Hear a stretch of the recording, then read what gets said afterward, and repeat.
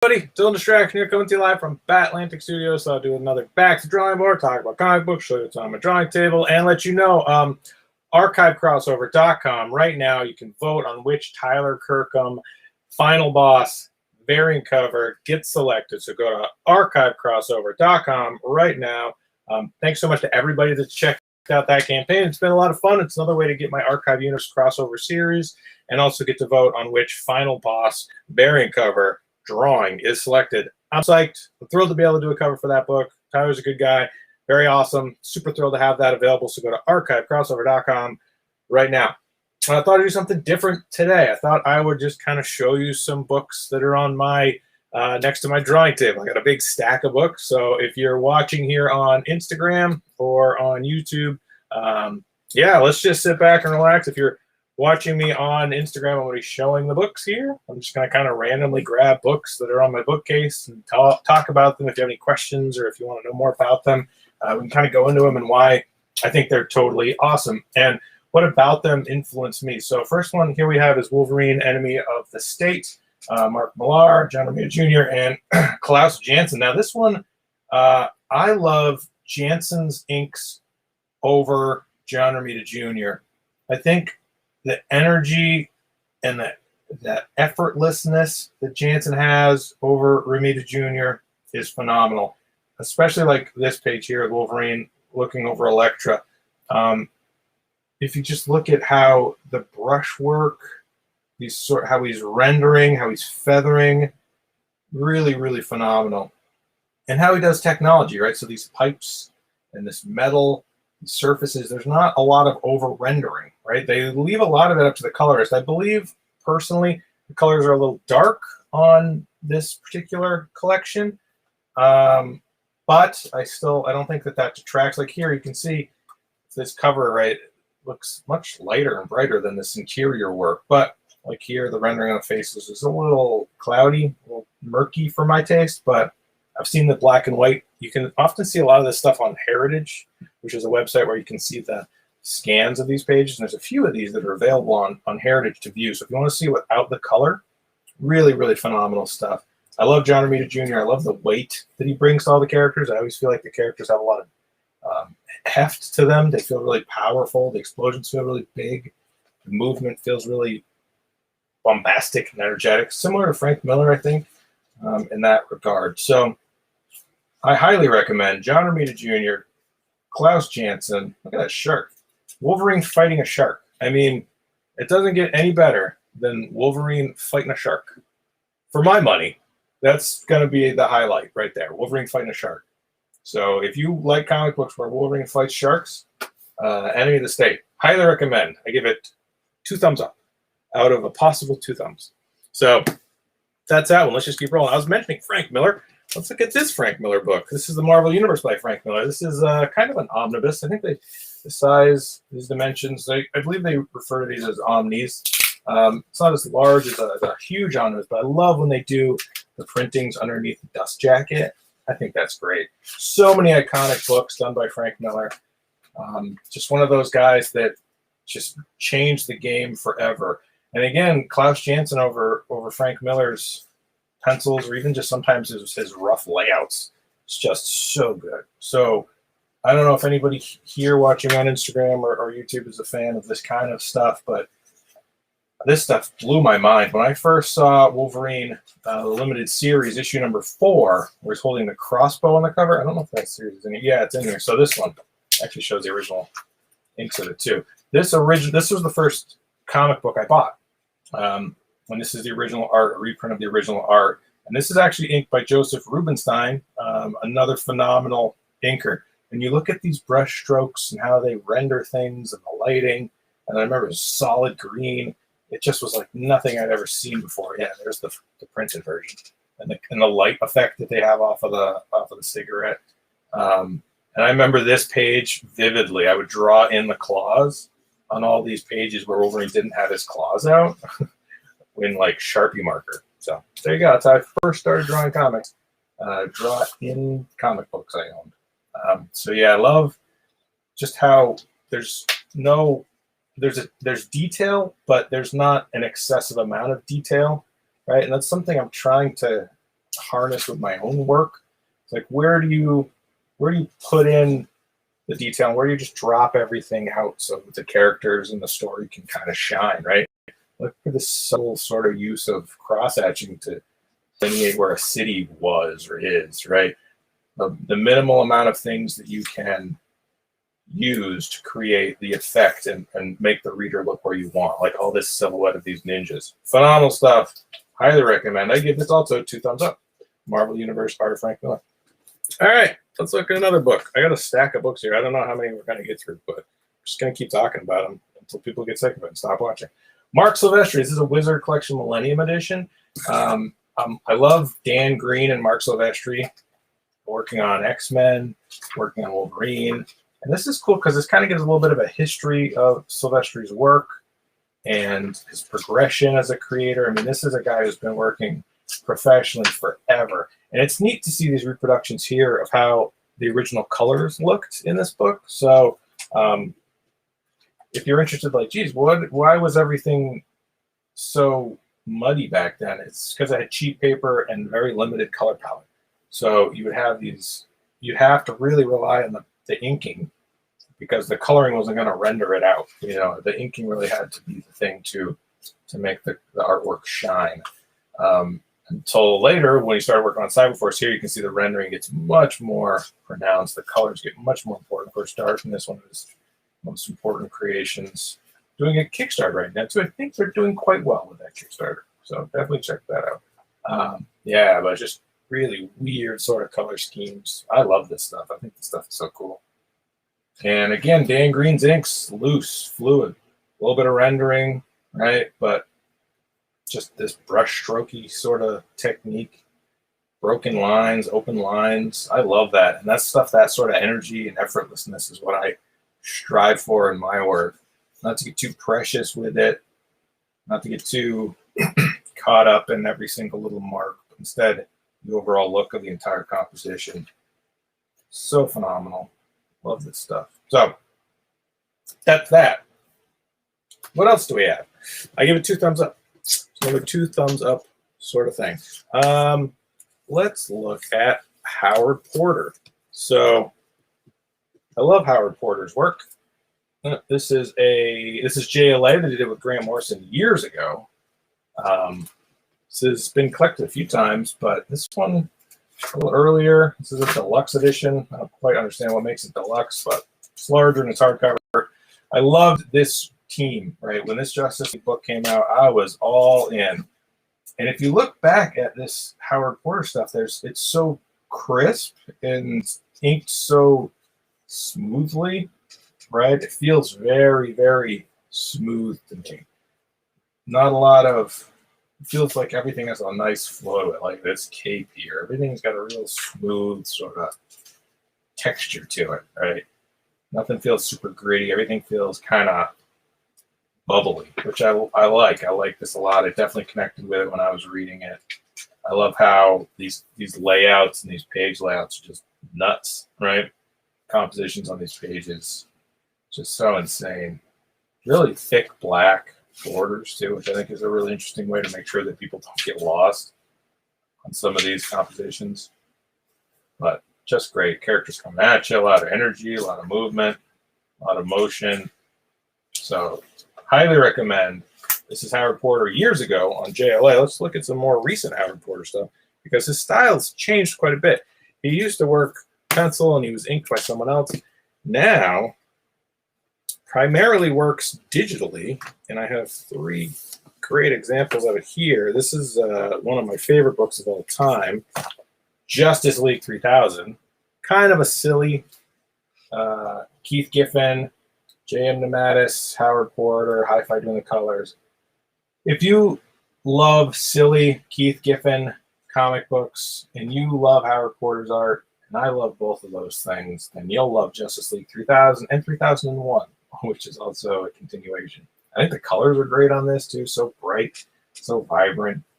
Howard Porter does so much heavy lifting on this book. There's so much to it. It's so rendered. There's so much detail, and it feels loose. It feels like it's got energy and action and motion, and he's putting in every little rock, every little person in the background. Hours. You must spend hours on each of these pages. And the outcome is just phenomenal. I love all this stuff. So highly recommend Justice League 3000, Howard Porter. Check it out. So that's that one.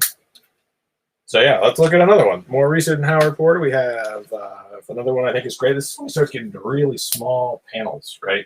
So this is Flash War. He did another Flash Year One book. I don't know where I put that one, but the characters start getting real small, right? And there's a lot of panels on each page. I won't spoil this one too much, but love Howard Porter's work on this too. That one, and then of course Scooby Apocalypse. I really love Howard Porter's work on this. Really interesting character designs, great interiors.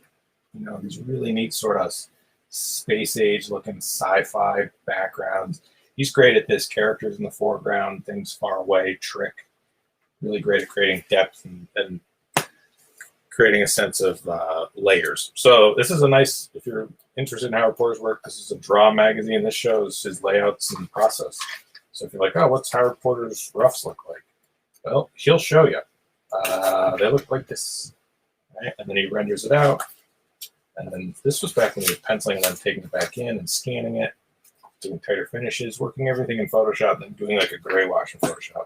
That's definitely something I've taken away and tried to apply to my work. To try to have, you know, an underdrawing to phenomenal here with the showing the perspective lines he throws in. So really, really interesting. If you like process, highly recommend that. What else we talk about? Let's talk about a couple more and then call it a day. Let's talk about Dave Finch Unwrapped. Ooh, Unwrapped books. I love these. I hope they make more of them. I don't know if they will, but if you love seeing underdrawing, if you love seeing penciling, Dave Finch, obviously one of the most popular, successful comic book artists of the last, 20 years. I mean, he is a superstar, and everyone is trying to create that sort of feeling of form that he's able to render out. So the rendering and the detail that he has, and it's all there in the pencils, right? So if you love the inks, you're going to love seeing how he does all this in pencil. So I highly recommend these Unwrapped editions. There's a few of them, different artists, but the Dave Finch one really just a math class tutorial in lighting, form, rendering, composition, storytelling, anatomy, perspective, anything you think you want to know, he's doing it super good. So highly recommend. I give this also 2 thumbs up. All of them got 2 thumbs up. What do you know? If anything, I'm only going to show you stuff that's awesome. Another artist I'm a huge fan of, Matt Wagner. Hey, Matt Wagner. This Legends of the Dark Knight edition, I think are great. I love when they're able to show off an artist who had a really great run on a series. And his Batman stuff is so good. And looking at how he uses Zipatone and some of these black and white ones, and really trying to apply Zipatone more in my stuff digitally, it feels comic booky to me, right? So the thing about Zipatone, it just feels like a comic book. I don't know why, but probably because a lot of manga uses Zipatone. It feels kind of like the dot pattern, the old printing technique that they would use with the CMYK offset printing and the dot patterns. It feels like a comic book. So anytime I throw in some Zipatone, like, oh yeah, that starts to come together as a comic book page. So Matt Wagner stuff, I love it. I just think it's got a cartooniness about it. He doesn't over-render things. He keeps it really kind of crisp, right? You feel like it's a realistic environment that he's in, but he doesn't over-render. He doesn't overdraw. Just really all the stuff you need. And a lot of detail, a lot of attention to detail, but in a clear, concise, crisp. And again, I mean, his page layouts are square, square, square, square, square. You know, square, square, square, square, square. He's not having a lot of confusion or mess. Everything feels really tight. So, highly recommend. I give it 2 thumbs. Legend of the Dark Knight, Matt Wagner. Speaking of Norm Brayfogle, let's look at some Norm Brayfogle.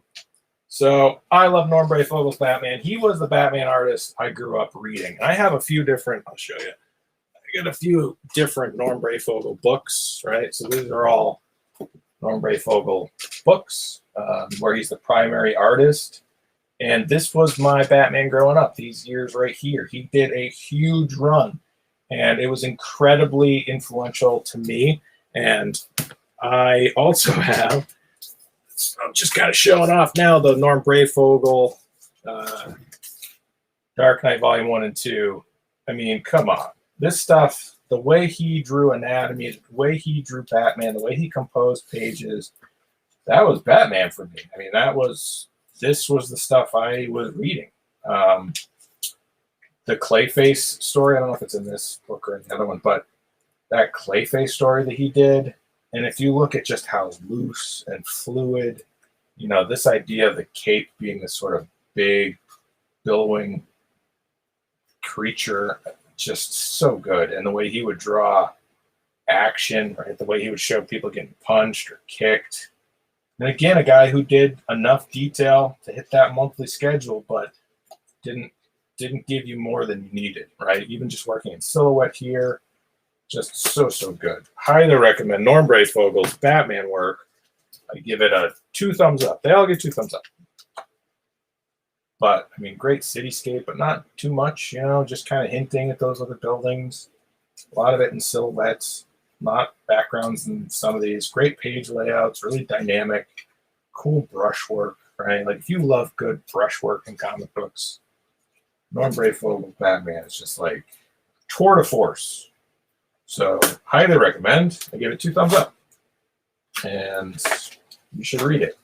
Or do whatever you want. I'm not the boss of you, but I think it's great. So if you're like, is there any good comic books out there? Because I hear a lot of people these days complaining that they're like, I don't know, there aren't any comic books I like, or I don't like this comic, or I don't like that comic. It's like, there's years and years and years of incredible, awesome, amazing work out there. And you should celebrate the stuff that you like, and don't worry about the stuff that doesn't connect with you. Instead, focus on the things that you love and enjoy.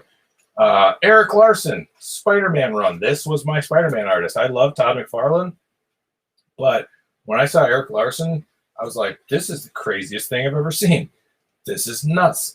This energy, the emotion, the things coming at you, things going away from you, this page compositions, this anatomy, the looseness of these inks, just the dynamism of all this, the way he draws rubble, the way he draws everything. I was like, I want this in my life. This is my favorite thing. So I was all in on this.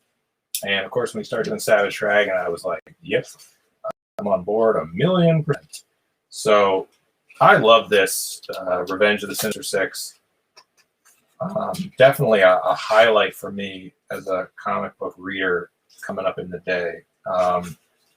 So good. So if you haven't yet, definitely check out, go back, read Eric Larson's Spider-Man stuff. Super awesome. And that's kind of pretty much it. I guess I'll show you one more. Maybe I'll show you 2 more. So it's 2 more. So this is Marvel Universe, Rob Liefeld Omnibus. I love Rob Liefeld's work. This omnibus is a lot of really cool early stuff, a lot of really cool later stuff. And if you're looking for action-packed, this is without the dust cover on it, but highly recommend that one. Also an awesome omni. And, of course, Deathstroke, the New 52 omnibus. My buddy Tyler Kirkham has quite a great run in this. This was incredibly influential to me. I was really sad when this ended, but this felt like everything I wanted comic books to be. And I want more comic books like this. And right now, Tyler is doing Final Boss, available on Indiegogo. It looks awesome, and I'm doing a variant cover. So go to archivecrossover.com if you want to vote on which variant cover gets selected. And also, while you're there, you can pick up copies of my comic book, Archive Universe. That's right, Archive Universe, available at archivecrossover.com. The Batlantic Studios crossover event 2021. Go right now, grab a copy. I think that's it. That's all I want to do. Just jump on, say hi, chat with everybody, and show you some comic books that have been influencing me. Hopefully they influence you. Try to fill your life with things you love and enjoy. Find comic books you love. Make comic books you love. Share things you love and are excited about. And have a wonderful, wonderful rest of your day. And go to archivecrossover.com. Okay, bye.